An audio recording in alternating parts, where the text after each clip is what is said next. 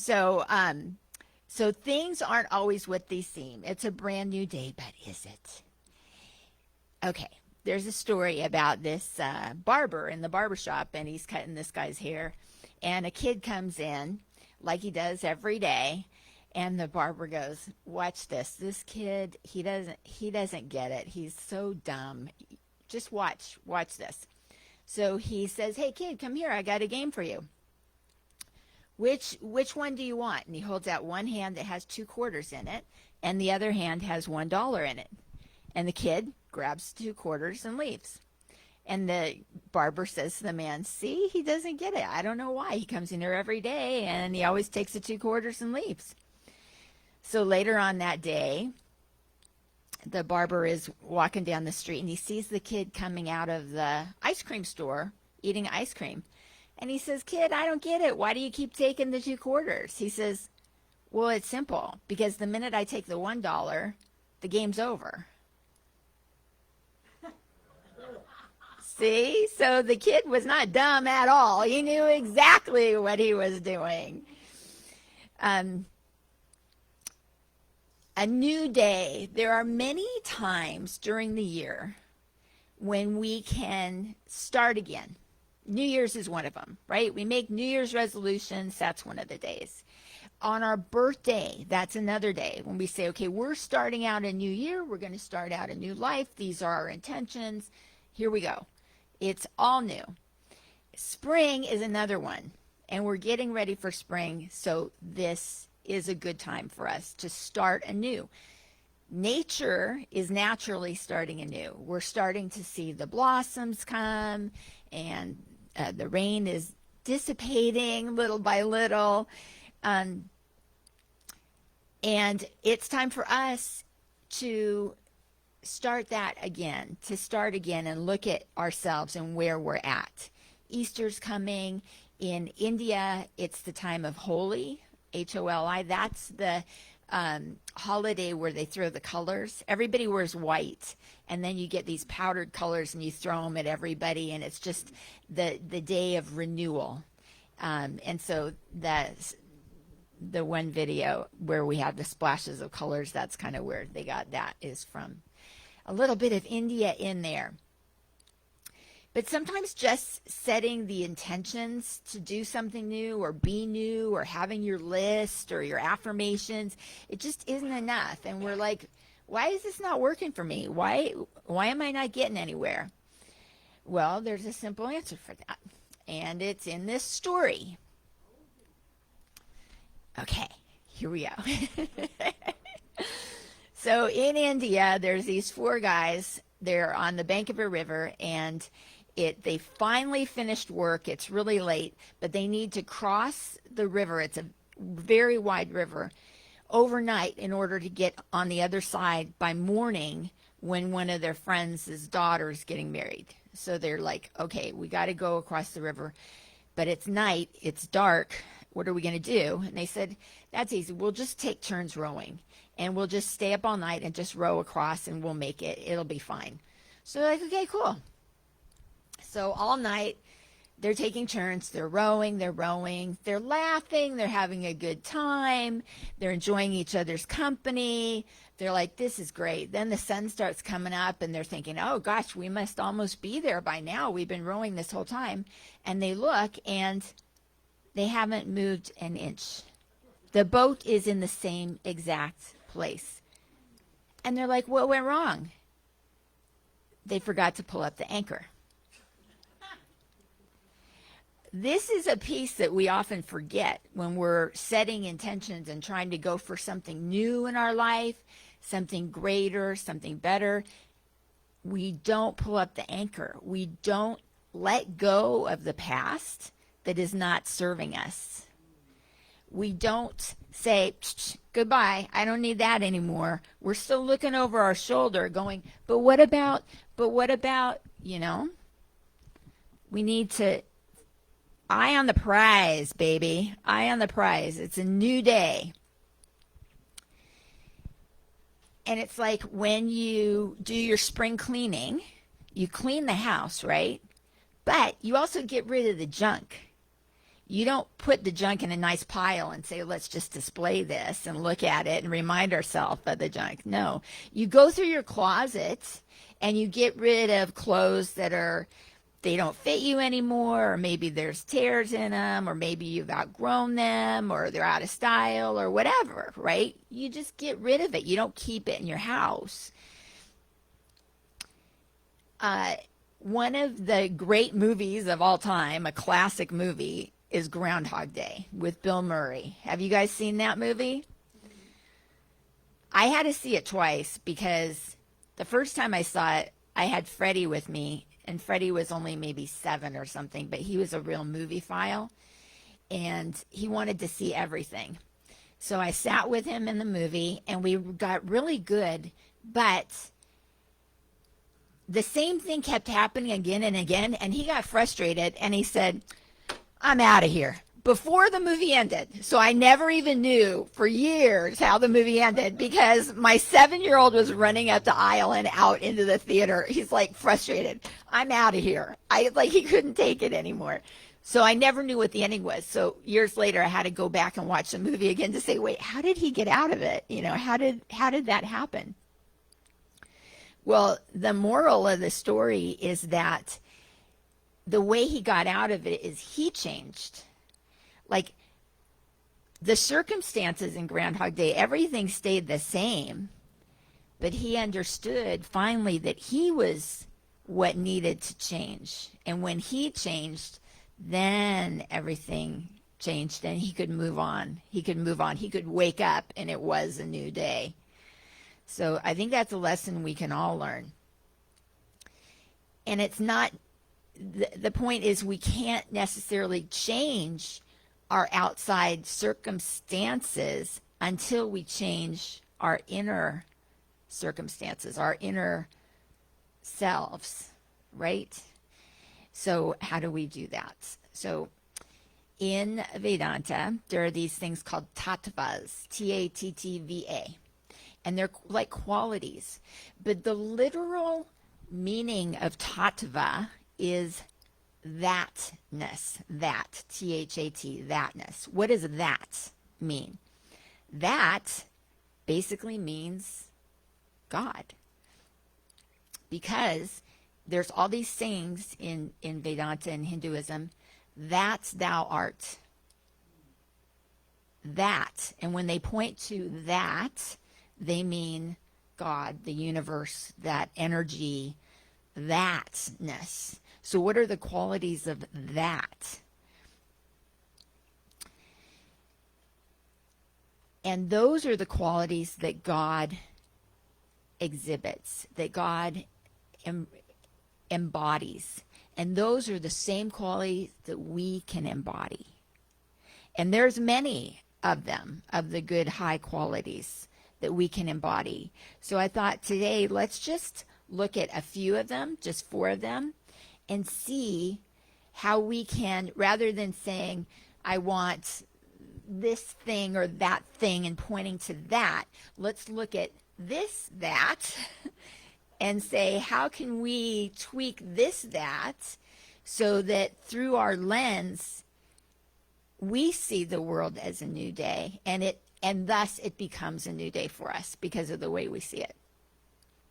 So the first one is authenticity. That is like my favorite word in the whole world, authenticity. If something is authentic, it's real. It's real. And in Vedanta, there's only 2 things in the world, that's real and that's not real. What's not real?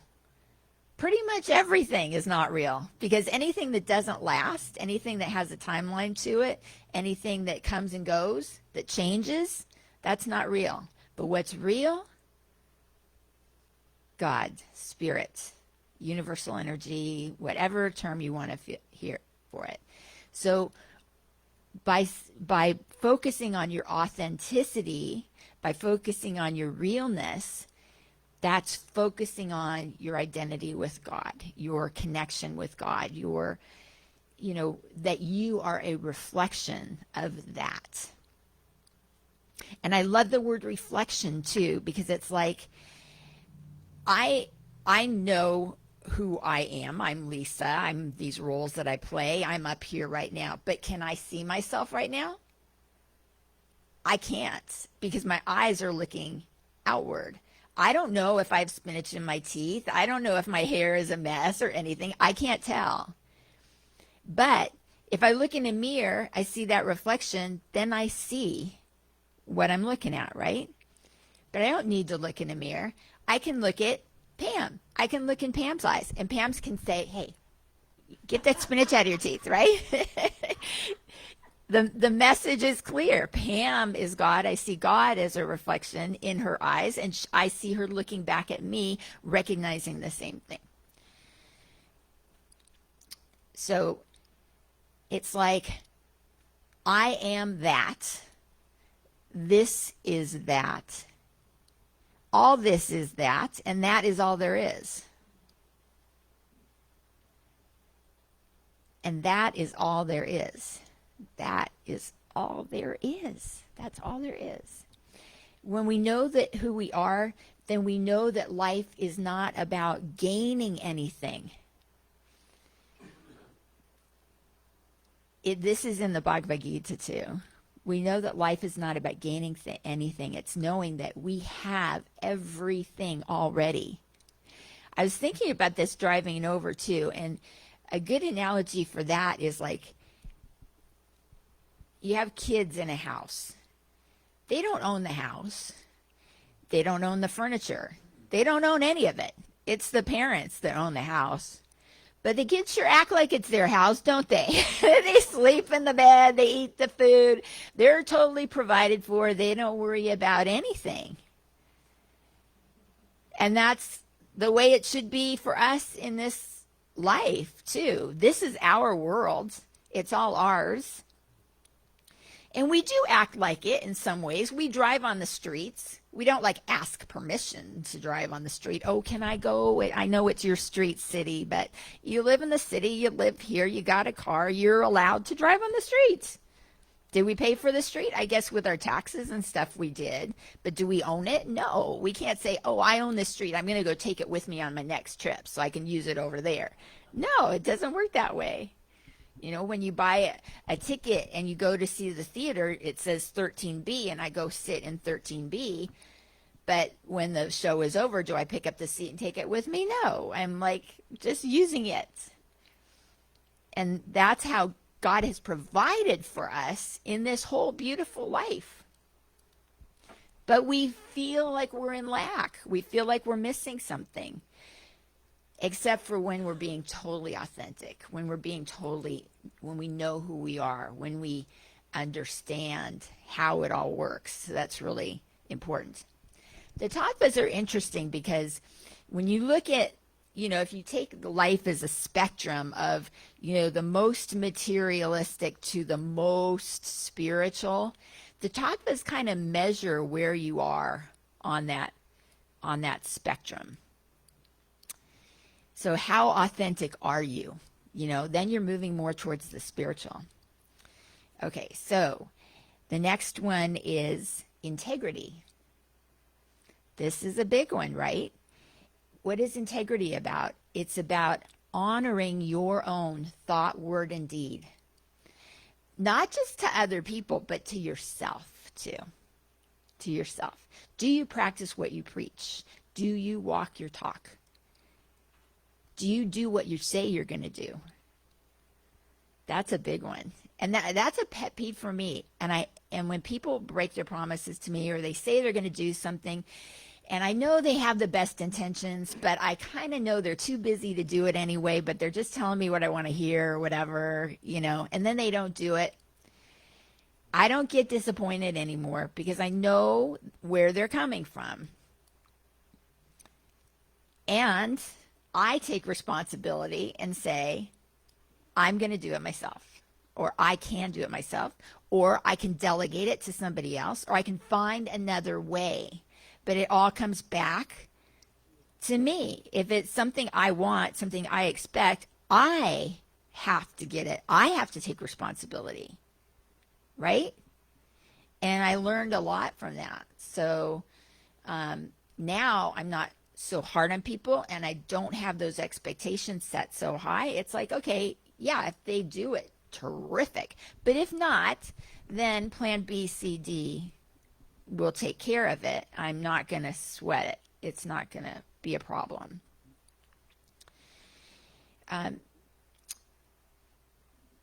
The other thing is, the other tattva that I want to talk about is responsibility. And they all kind of flow into each other, like integrity and then responsibility. Like, whose responsibility is it? Well, and it's my responsibility. It's always comes down to that. I have to take responsibility for anything that happened to me.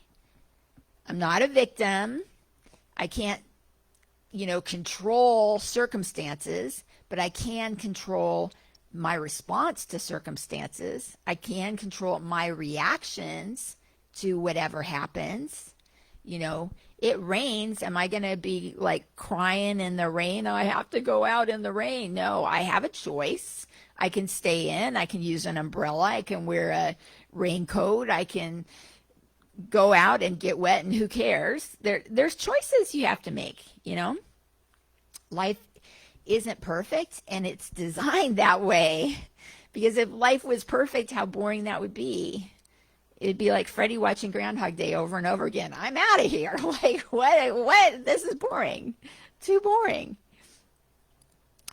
And it's interesting. I was thinking of examples for this and how important it is to ask for help. Taking responsibility doesn't necessarily mean you have to do it all yourself, but you have to be brave enough to ask. You have to be resourceful enough to just ask, whether you're asking God for help, or you're asking your friend for help, or your kid for help, or whatever. You go in I was going to say yellow pages, but I don't even think we have anymore. You go on Google and you ask for help. You know what I mean? That's just the way it is. So, and you have to be prepared for unexpected solutions. Unexpected solutions. Okay, so this is the first time I realized that. I'm 16 years old, like freshman or sophomore in high school. I had my mom's car, my Chevy Vega. So that dates me a little bit, right? But my Chevy Vega, I'm like so cool. Driving my friends in the car. We go to this high school party where there's a lot of older kids, but we just think we're cool. It's a rainy night. That's okay. Park the car. We don't care. We just are like feeling like big kids. We're at this party. We drove here ourselves, and it's like, wow, this is great. So we have a good time at the party, and then we leave, go to my car. My car is stuck in the mud. Like, okay, like this experience, right? It is, I'm flooring it. It's like the wheels are going around. My friends are like, okay, well, we'll get out. Then the car's too heavy. We'll get out. We're trying to push it. I'm like, what do I do? What do I do? And I'm like, I can't call my mom. This is like, that would be a disaster. What do I do? What do I do? So then I thought, okay, I'm just going to ask. So I went back in the house. And here I am, like this little kid compared to who I think are these big, cool kids, right? And I said, my car is stuck in the mud, and I don't know what to do. Does someone know what to do? Does someone have any ideas? Like, is there somebody I can call, or what do I do? This is before cell phones, of course, so I didn't have a cell phone. I couldn't just, like, call Uber or something. So the person, whoever it is, I don't even know who it is that I was talking to, said, oh yeah, we got this, don't worry. I'm like, okay, what do you mean? Don't worry. So this guy goes around. Next thing I know, he's talking to all these other guys. This whole big group of guys comes out. They're like the football team, okay? They're like the football team. They go to the car. Where's your car? It's over there in the mud. They go to the car. They literally pick the car up out of the mud and put it on the street. I will never forget that. I'm like, this is a miracle. So you ask for help and you get help in unexpected ways. So I was able to drive my friends home, drive home. My mom was never the wiser. When I was at a party or whatever happened at the football players, I didn't get in trouble. Everything was fine. And that's all because I asked. If I didn't ask, oh my God, who knows what would have happened? Would I be here today? No. Oh my gosh. So then the last one is enrichment. And enrichment is a combination of all three: authenticity, integrity, responsibility. It's a commitment to yourself to grow, to learn and grow. It's a commitment to continuously enrich yourself, to expand yourself and your life, to take those chances that might seem scary, to become brave, to become confident, to become who you are, the inheritor of this entire cosmos, which is awesome. So, see the good in others and see the God in yourself. See God by closing your eyes and opening your heart. See God by opening your eyes and looking at everything around you. And so it is. Amen. On God's side. Okay. And now we have another music video. This one is called We Share the Moon, and it's the title song from our new album. And we filmed this on green screen, but it's actually India in the background. It's the Ganga River, the sacred river in the background.